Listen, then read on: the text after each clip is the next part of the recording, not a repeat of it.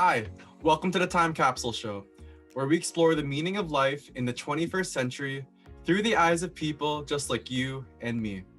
I'm Joenrhuz. And I'm Joerenz. And today we have an assistant professor of communication at the University of Virginia and one of the best professors that I've ever had, Dr. Anthony Palomba.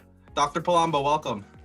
Oh man, JR, thank you so much. You can also call me Anthony. It's so strange to have people still call me Dr. Palombo. Do what makes you feel comfortable. Thank you so much. My success is due to having great students like you. Thank you. So can you just tell us more about yourself, your background, your education, what you do? Oh, yeah. So I can take us back momentarily about a decade ago, which unfortunately has bleak contrast to some of the stuff we're going on with now. I graduated in the middle of a recession, a financial recession back in 2009. That's when I graduated. And the world was kind of chaotic. And I think the lesson I learned back then that I'm realizing I should be more mindful now is when there's chaos, there's opportunity. It's the last thing anybody wants to think about. But when things are disrupted and when things kind of go awry, there's actually great opportunity there as well. I thought I was going to be an entertainment lawyer. I quickly read a New York Times article that said we should be shutting down law schools because there were too many lawyers being graduated. So that scared whatever you want to fill in the blank out of me. And so I said, there's no way I could do this with the debt and stuff. So I was still interested in television and learning about it more. So I did my master's at Syracuse University. While I was there, I got really interested in big data, being able to measure how people play video games and watch movies and listen and watch television and listen to podcasts and just basic audience analysis. Like, how do you measure what people do? It's really, really fascinating. And so I wound up doing a PhD at the University of Florida. That's why you see this dopey gator behind me. That is a UF gator pillow. And so while I was there, I really fell in love with thinking about consumer touch points, thinking about digital consumer touch points, thinking about, when you play a video game, it's tracked. If you download your Wii profile or Wii U or Switch profile, you can see your stats. That's incredible. For the media and entertainment industries, that's incredible. And so getting toward this idea of the merging of art and science is really fascinating. You gentlemen are still not too young to not know who Steven Spielberg is. Steven Spielberg is one of the best directors of all time. He walks into a room and he wants to develop a script. You're like, okay, where's my checkbook kind of thing, right? You don't really think to do more research, traditionally speaking. Media and entertainment industries are going through a massive, massive change right now. And much of it has already been done in the last 5 years of saying, okay, well, even if we have the talent that we have, how do we think about creating kinds of content? So that was kind of where I was going in my PhD. I did a year of market research at Ipsos. It was good. I learned a lot, but truthfully, I really missed the classroom. I like talking to people. And so it led me to CUNY, it led me to St. John's, and now I'm fortunate to be at the Darden School of Business as a visiting prof. I'm hoping to stay, and it's been a hell of a journey. Wow, that's amazing. And yeah, when you think of like the arts and entertainment, the first thing that doesn't come to mind is definitely like math or statistics or analytics and all of that. So it's crazy to think that now it's actually starting to integrate together. And especially with the rise of social media and all the new technology that we're having, it makes sense to be able to use analytics for all that. Oh, absolutely. And so, now you have a situation in which you can think about the TikTok videos, with that song Dreams, that became big with the dude skateboarding and stuff, right? Does he need a talent agent? That's a really interesting question.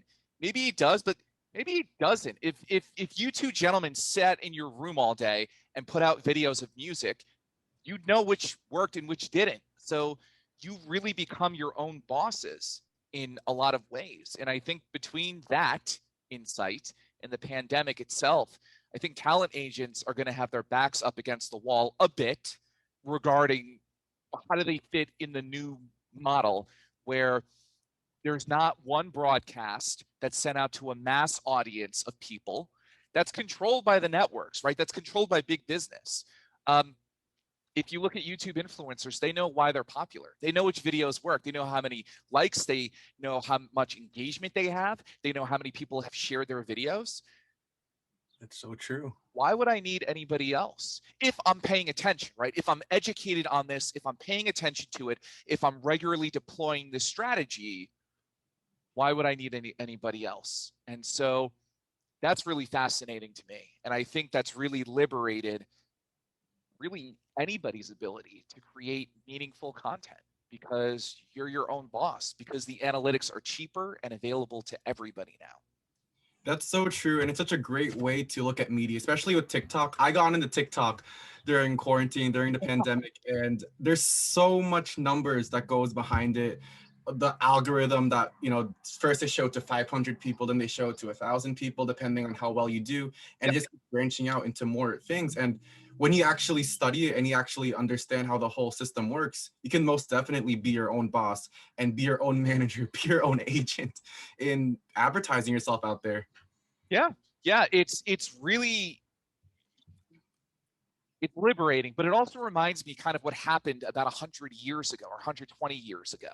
If we go back into the history of the United States, not everybody was working for a company at one point, right? People had their own farms, they had their own businesses. If you meet a blacksmith, like a John Blacksmith, it means his relatives were blacksmiths hundreds of years ago, right? If you meet a baker, somebody in his family was a baker, right? We used to have our last names that would really designate what we did. We were all independent, right? That's the other thing that's kind of wild.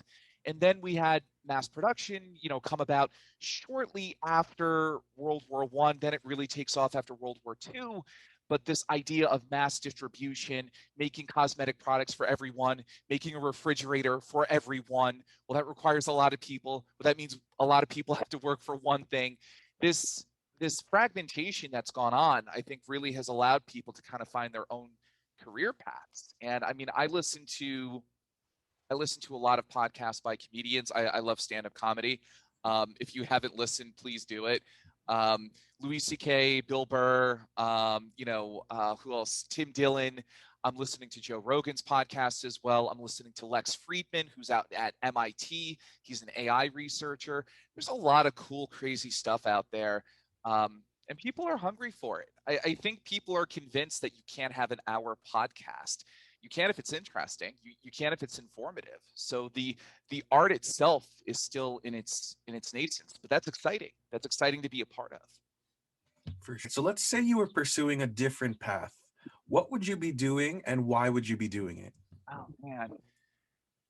So I do have a side hustle.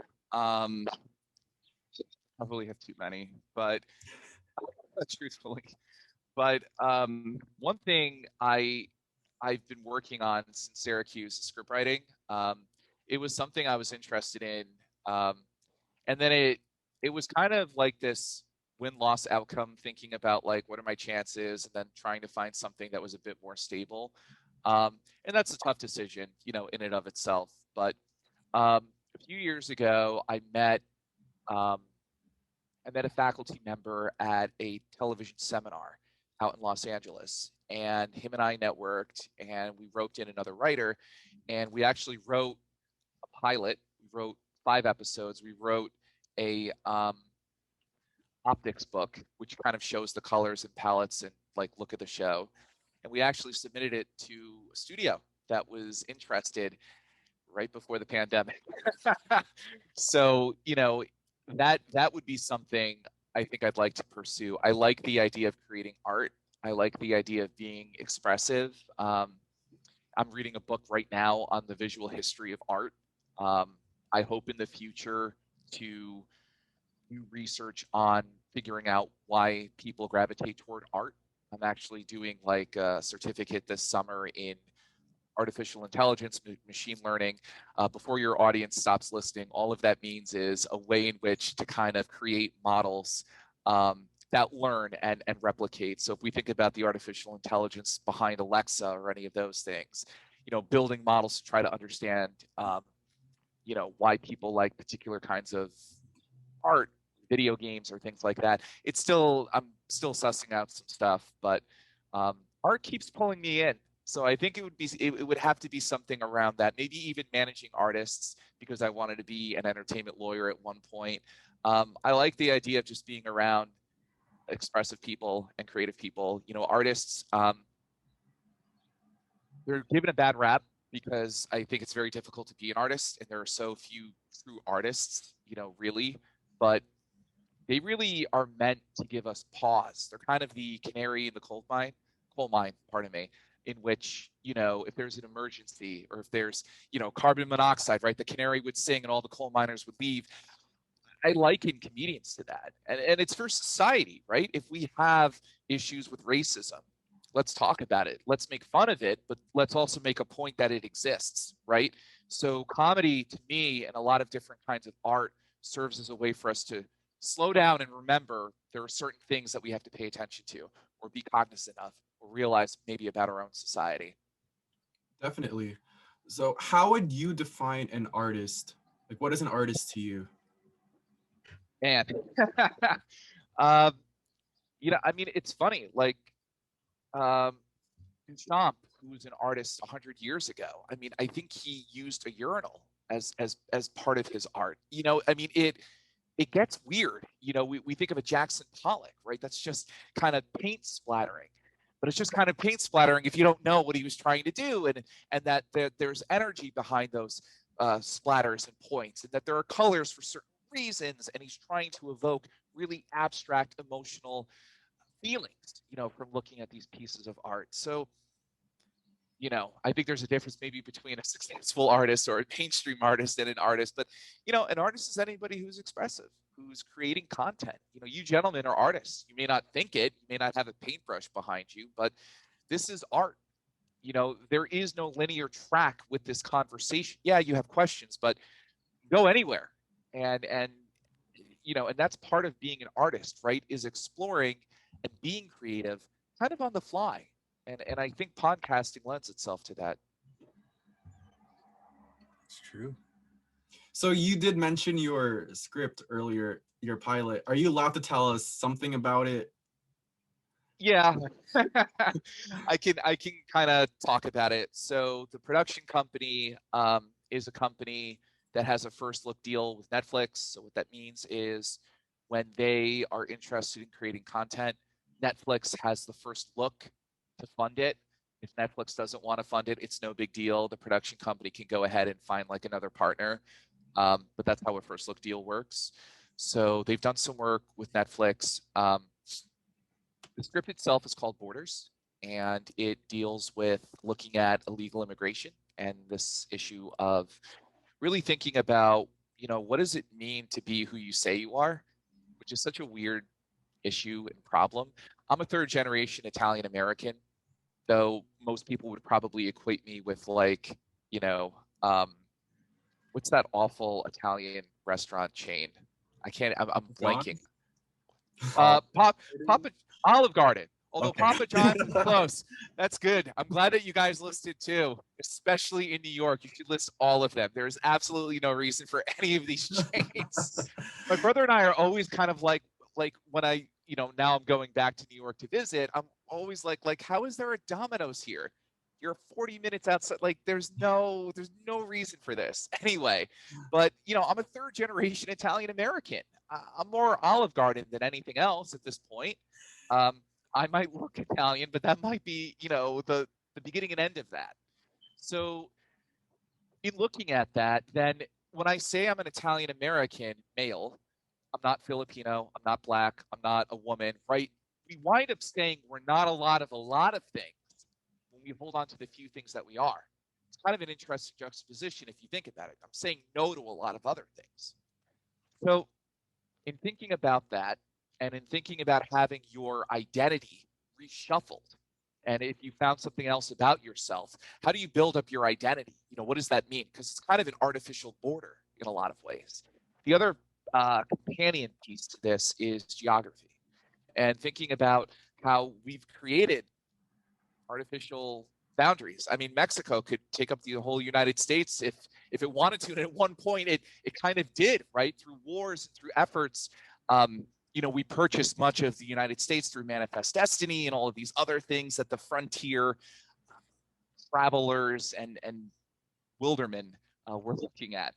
And so this script looks at, in particular, two brothers from El Salvador and their kind of journey through, learning about themselves. And so we have a hero, Roberto. He works at a pharmacy with his brother. The pharmacy is exploded because it also produces bad pharmaceutical drugs as well, illegal drugs for that matter. And so Roberto doesn't realize this, but his brother is involved in illicit gangs. He goes to Denver. He flees after this big explosion, and so Roberto wants to be an immigration lawyer, but he winds up helping people cross the border. And so he's kind of in this pickle where he wants to do right, but he's also helping people come over the border because he owes a favor to a friend. I can't reveal everything. We also have a governor who's implicated here, who is against really any kind of immigration until she finds out she's of Mexican heritage. And then she finds out her family is of Mexican heritage. Roberto finds out that he's closer to gang warfare in a family sense than he thought he was. And so there's a lot of twists and turns here. I don't want to give everything away. But, we realize that there's a family member who's head of a drug cartel that Roberto thwarts that he hasn't seen in a while. So again, this idea of, I know who I am, I don't know who I am. I know who I am, I don't know who I am. And really thinking about, why do we make ourselves sick over our particular identities? It matters, but then again, maybe it doesn't matter so much. Maybe we're all the same in many ways. And maybe realizing that sometimes is a bit healthier in the society that we live in. True. I mean, and not to say that like you were saying, like identity doesn't matter, but a lot of people get hung up on who they are in their blood. And so there's been the rise of so many like DNA tests, and people have been wanting to do those to figure, oh, I'm 1% this, or I'm actually kind of this. But does it really matter in the end? And that's part of it, right? And this script was kind of influenced by that, and even me, like being a proud Italian American. But why? Like, I visited Rome once. I cried on the airplane because I was so excited, and I thought about my grandparents who had passed away. Fairly normal, I suppose. Then I left, and I don't talk to anybody in Italy. So why am I holding on to this to separate myself from Asians, Hispanics, or what have you? Now, don't get me wrong. Everybody has a right to have an identity and to be attached to your culture, for sure. Of course. But I also think that there has to be a narrative that we're all the same, that we're all humans. And I think sometimes we lose sight of that, as well. 100%. That just gave me goosebumps. So insightful.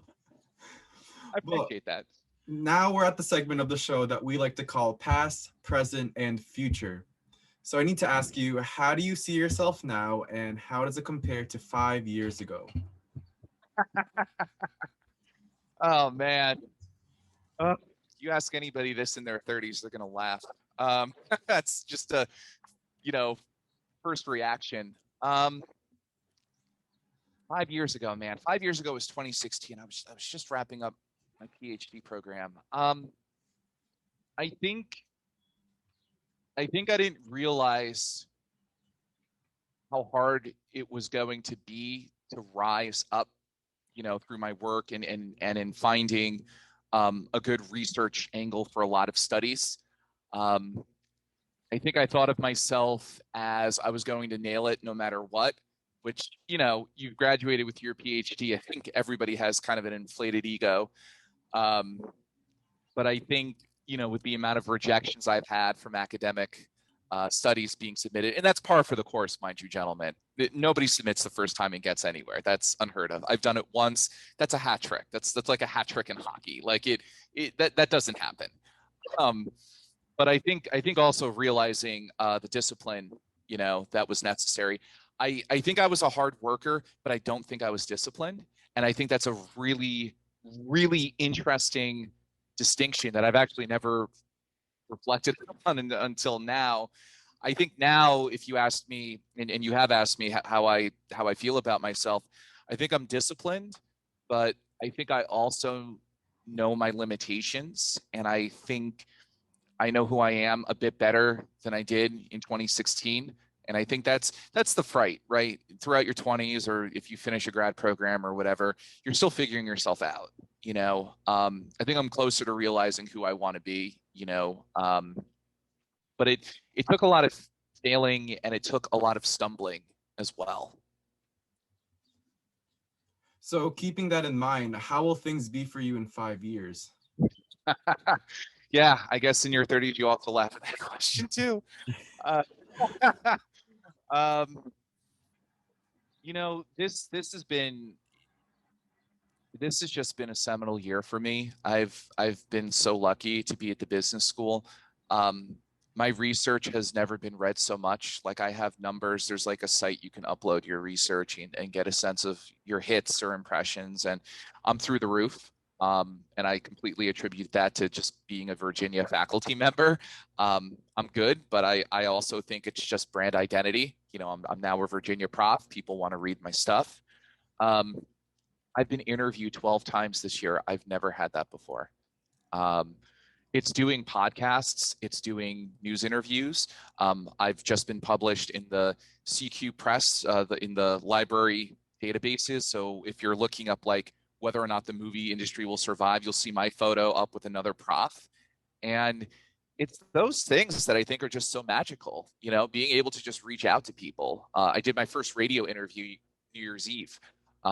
With a radio station in Iowa. I did my first TV interview a few weeks ago, for local Charlottesville. So I think just building up my brand, I think, getting onto CNN and being able to talk about media issues and entertainment issues, being able to do good research, being able to teach really, really well because I'm doing research, and I tend to think of myself in that kind of, my scholarship should push my teaching.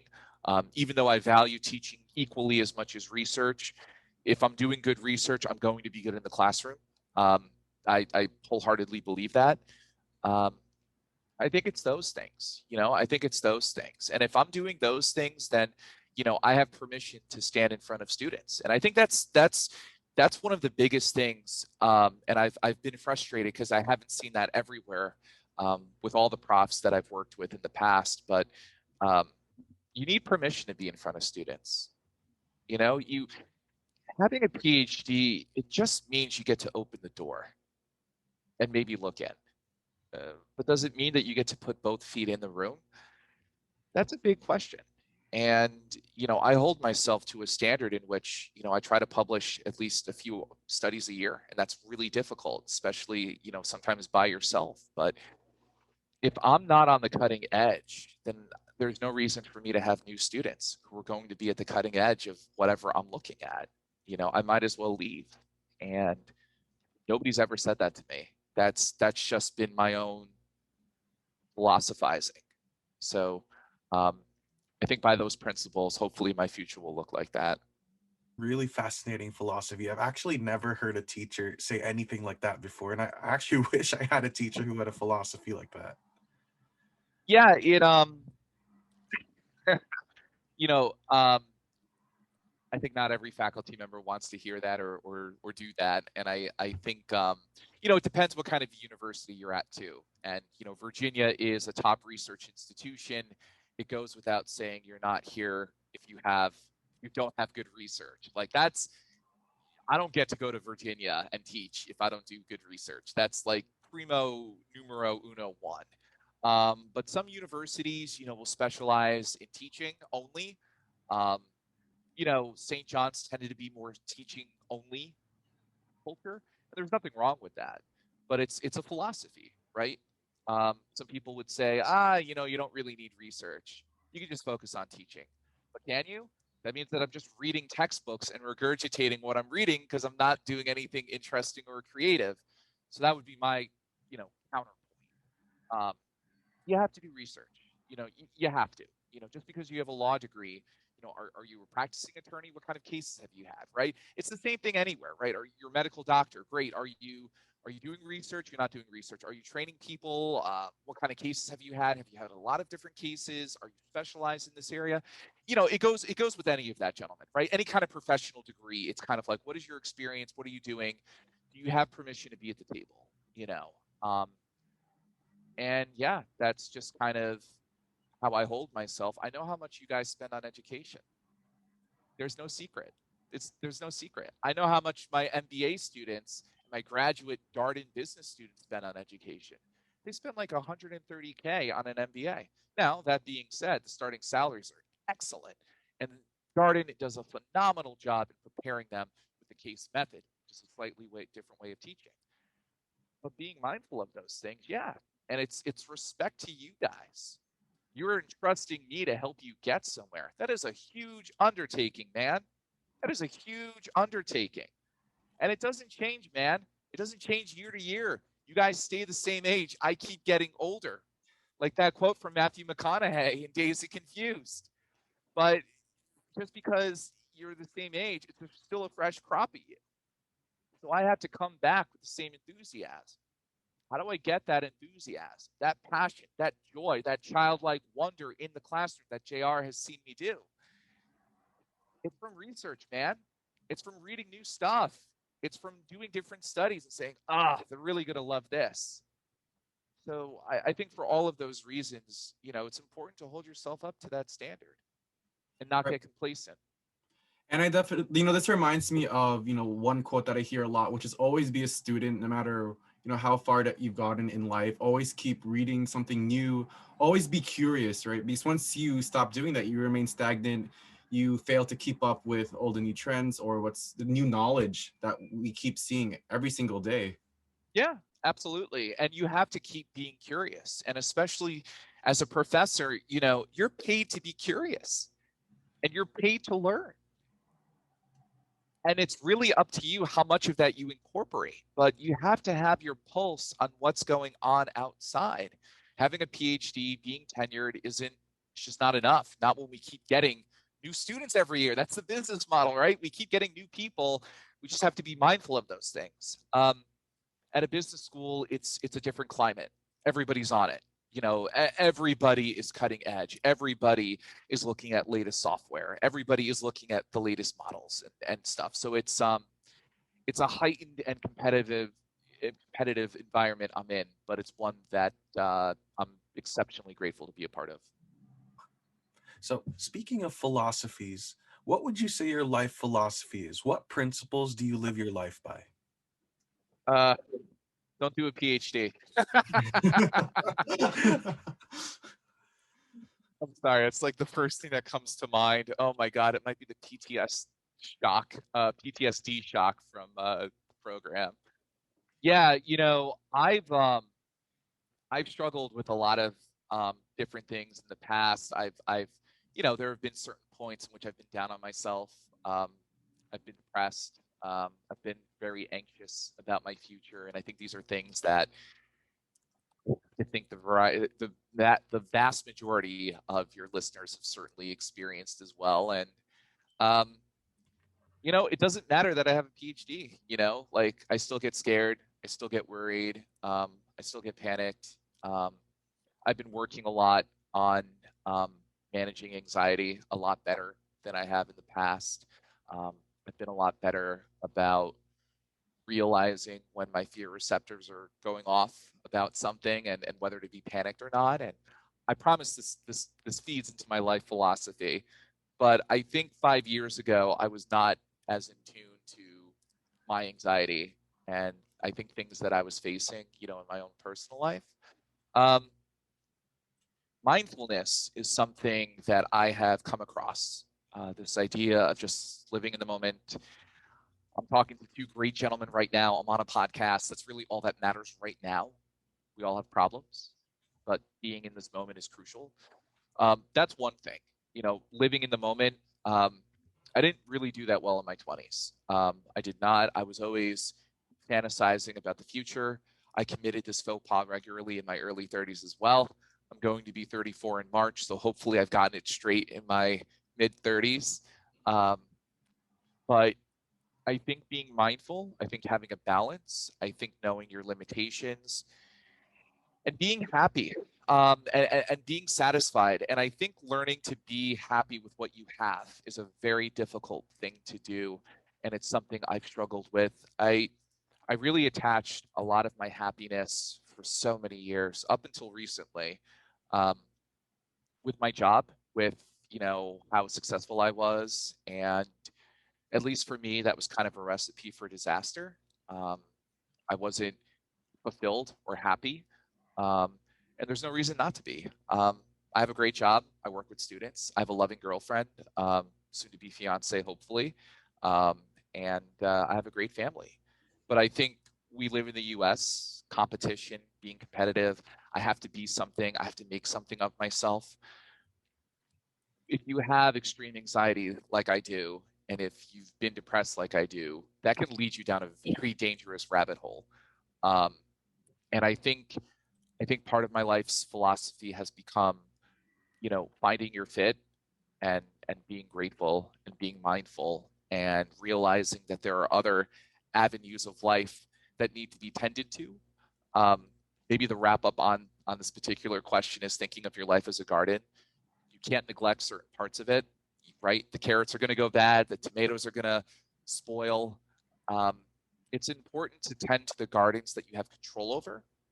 And it's also important to tend to all of those gardens equally and realizing that, sometimes a job may not be a fit for you because you're just not seeing your family enough, or it's not a good fit, or whatever it is. And being okay with that, being okay with failure, being okay with things not working out, and recognizing that life's a journey, and that we don't really get to see everything because we only really get to see everything when we pass.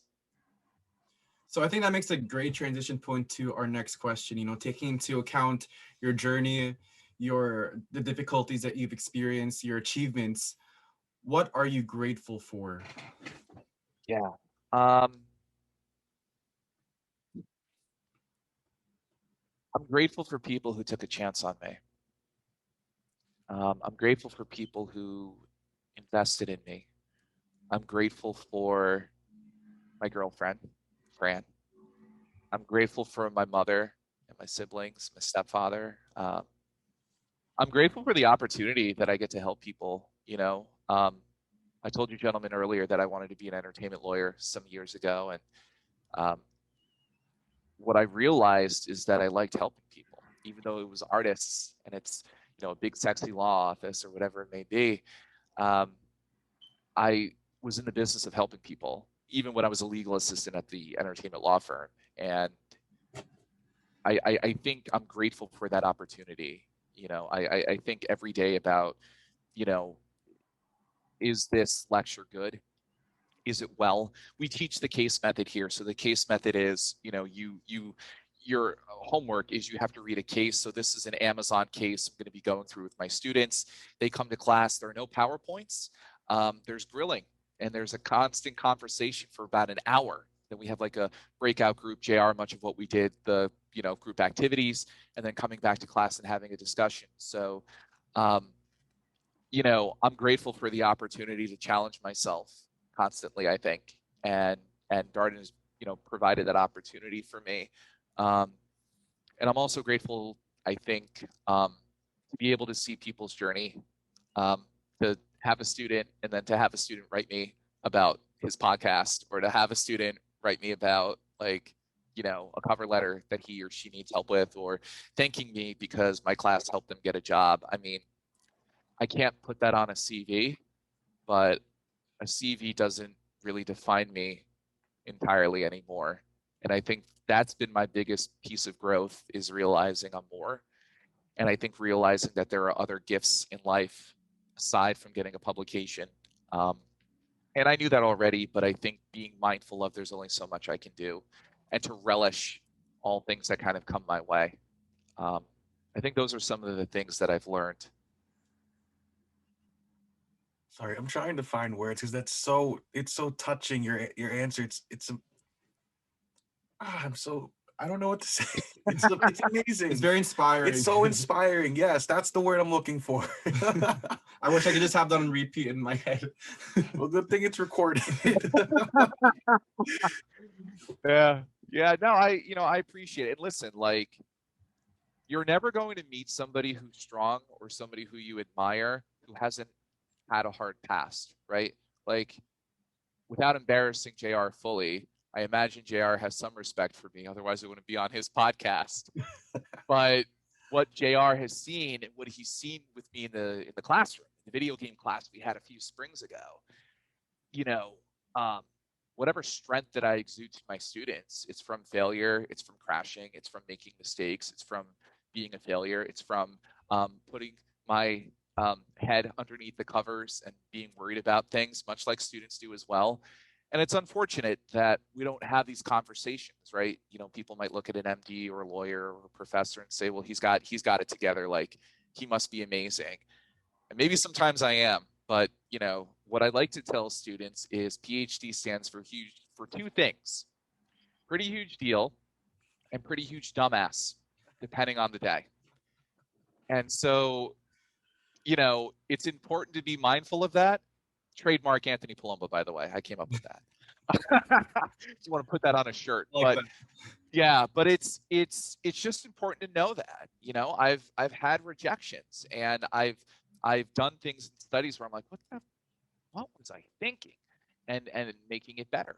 And I've had lectures where I've been like, oh man, I think that might have been a dud. What can I do better? You know, I didn't feel the energy, and maybe it wasn't me. I had this a few weeks ago, or a few classes ago, pardon me, in which the student energy just wasn't there. But my MBA students are in the middle of recruiting, and there's a pandemic, and we just had another shutdown on university, so we're even more isolated. There might be things that are out of my control. And so I think it's also important as you guys grow up, and you'll figure this out, learn when a failure is because of you or when it's just because you were in the wrong situation at the wrong time. And I think that's important to be mindful of as well. But anything I've said today that's inspiring has come through failing. You know, and I think learning to be humble and grateful have been very, very big lessons for me in my 30s. For sure. Yeah, pretty much. Like you've said so many inspiring things. I wouldn't even know where to start if I had to pick just one thing out. you could write a book about this with you. I've got the time. Whatever you guys want to ask me or talk to me about, it's all good. All right, so now we've come to the big question on the show. If you were to leave something in a time capsule for people to dig up 100 years later, what would you put in there and why?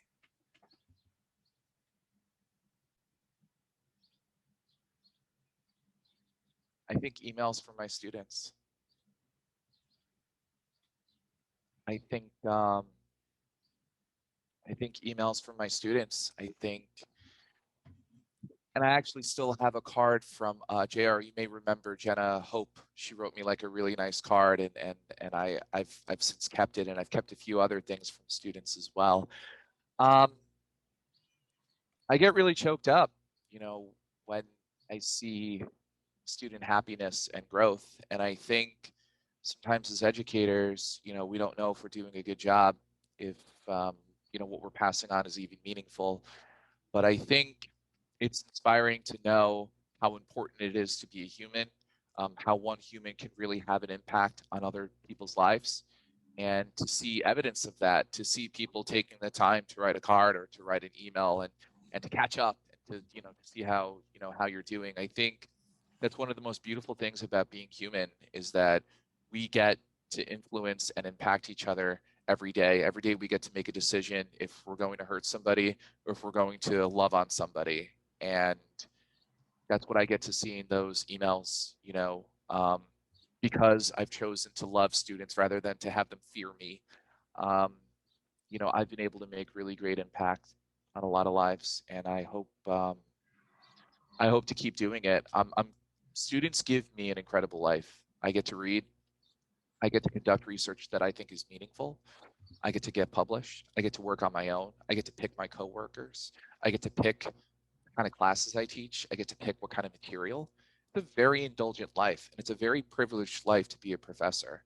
And so being able to just see that output, I think is a great reminder that sometimes we get stuck and we don't think our lives are meaningful and we don't think that we can have an influence. But I've been reminded time and time again that we are. I'm like tearing up a little. I'm trying not to like cry on camera. No, that is absolutely Yeah. like heartwarming, truly. Especially as Yeah. an educator, I feel that most teachers in my life would never say the things that you're saying now because they're probably still in the process of figuring out, their own journey, their own purpose. And for you to, say what you just said and you put your students in the center and you put your attention on them, they're your purpose. Yep. And it's just so inspiring because I feel like most professors don't think that way. And teachers have such a huge impact on children's lives, whether they're in pre-K, whether they're in high school. And most people I can say remember their teachers' names because they've made an impact. Yeah, and I can remember going through undergrad and knowing the profs that were so meaningful to me, that were so inspiring. And there aren't a lot of jobs that allow for that allow for this mass influence, right? We get jobs, we may have some people working under us. Of course, we can help them out. We can, help them grow. But academia is one of those few places where, if you're able to do it, you can have massive impacts on people's lives and create, and then I get to kind of see people who have propagated from the tree of Palomba, if you will, and see where people, go, from my tutelage. But, I recognize I'm but a sliver of most people's lives. There are, dozens and dozens of teachers that have had, great impacts on your lives. I think especially in a pandemic, I'm constantly reminded that every little bit helps. I play music videos at the beginning of class. JR already knows this. And I do that at the MBA school. So we were just listening to Tina Turner the other day, the Ahas. I've played Destiny's Child. I played Survivor, that music video. Because, I know people are in a really crappy mood. They're exhausted. I'm exhausted. I'm sick of this. They're sick of this. There are so many touch points to just be human. And quite honestly, it works out really well if you're just human with students. If you don't treat them like cattle, if you don't treat them like underlings, if you don't treat them like, they're subservient or they're serfs and it's, feudalism and, you guys are, my subjects. If you're just human with them, like there's just a lot of good that you can do. Definitely. Amen. So, with everything that you've told us, your story and all the advice and quotes that you've given us, is there anything else you'd like to add to tell our viewers, to tell someone who's probably lost during these times?